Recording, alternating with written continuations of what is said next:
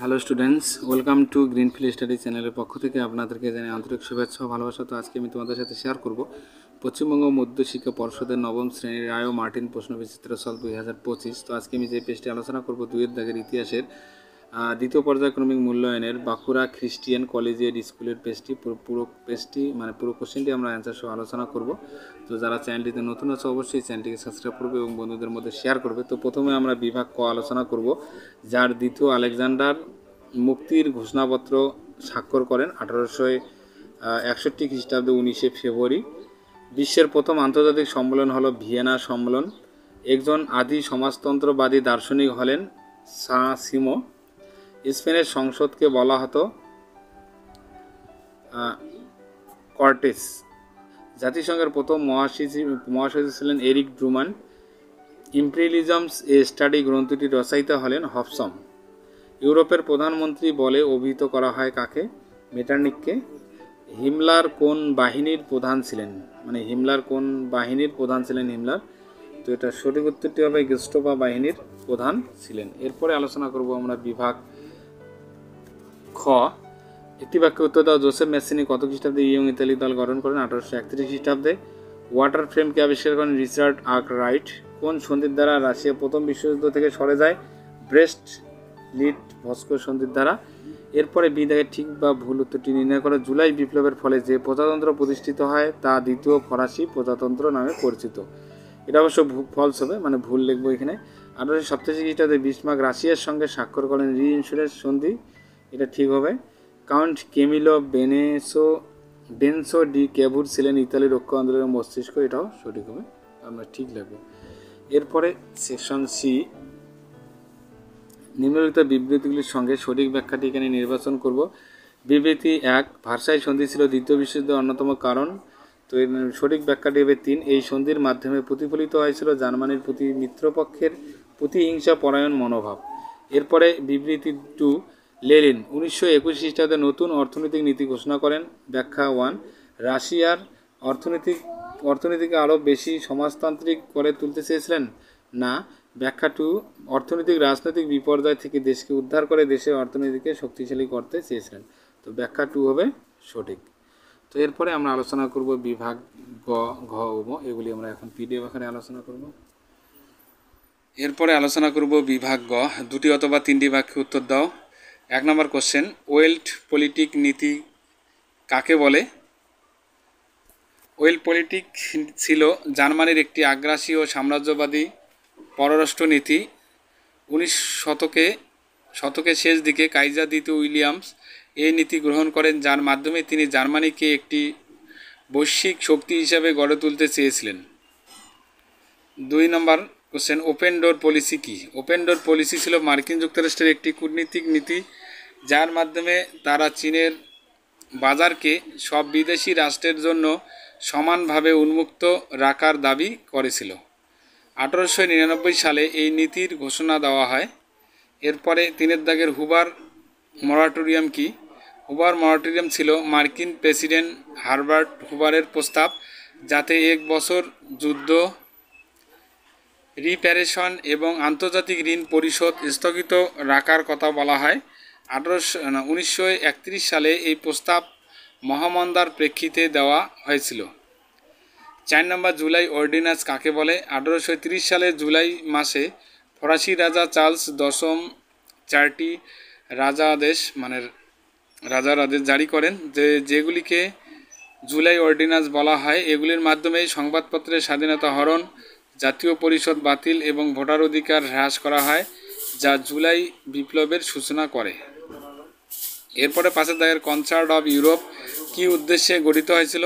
Concert of Europe গঠিত হয়েছিল 1815 সালে ভিয়েনা কংগ্রেসের পর ইউরোপে শান্তি ও ভারসাম্য বজায় রাখার উদ্দেশ্যে। এটি মূলত ইউরোপের রক্ষণশীল শক্তিগুলির একটি যৌথ উদ্যোগ ছিল বিপ্লব ও যুদ্ধরোধ করার জন্য। এরপরে আলোচনা করব বিভাগ ঘ।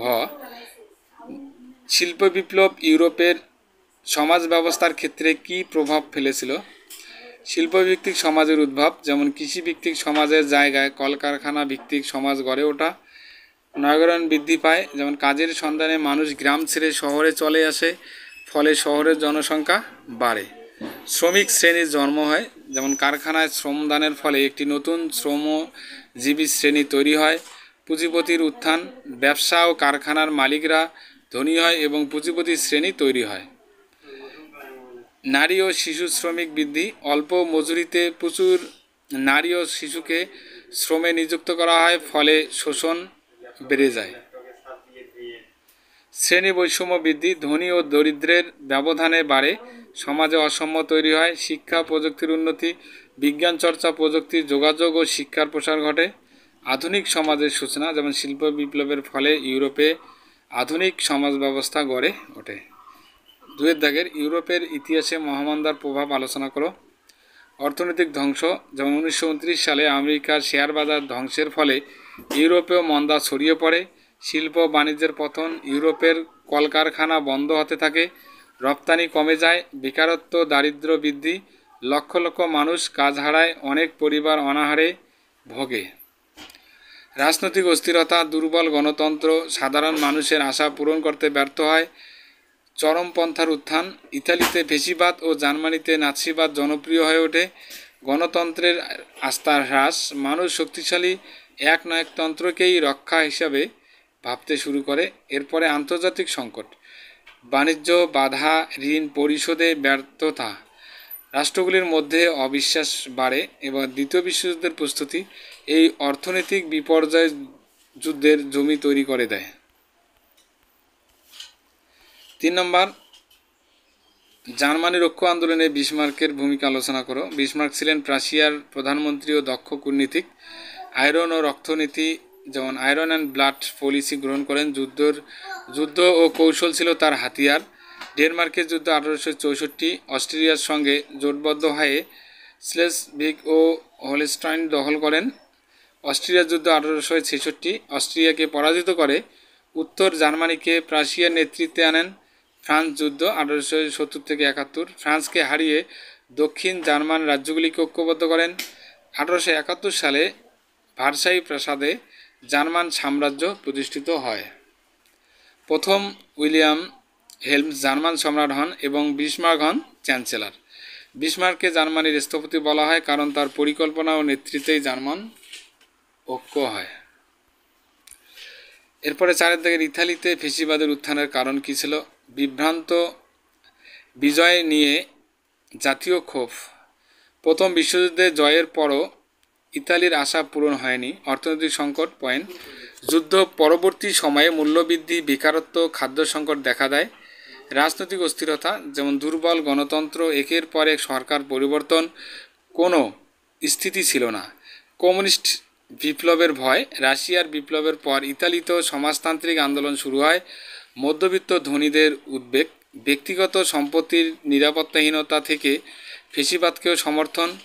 মুসোলিনির নেতৃত্ব, শক্তিশালী জাতীয়তাবাদী ভাবনা, কড়া শৃঙ্খলা ও শাসনের প্রতিশ্রুতি দেন। রোম অভিযান 1922, সমর্থকদের নিয়ে রোম দখল করে, ফলে রাজা তাকে প্রধানমন্ত্রী নিয়োগ করেন। এভাবেই ফ্যাসিবাদ ক্ষমতায় আসে ও গণতন্ত্রের অবসান ঘটে। এরপরে আলোচনা করব বিভাগ ঔপনিবেশিক প্রতিদ্বন্দ্বিতা কীভাবে সাম্রাজ্যবাদ ও উগ্র জাতীয়তাবাদের জন্ম দেয় তা আলোচনা করো।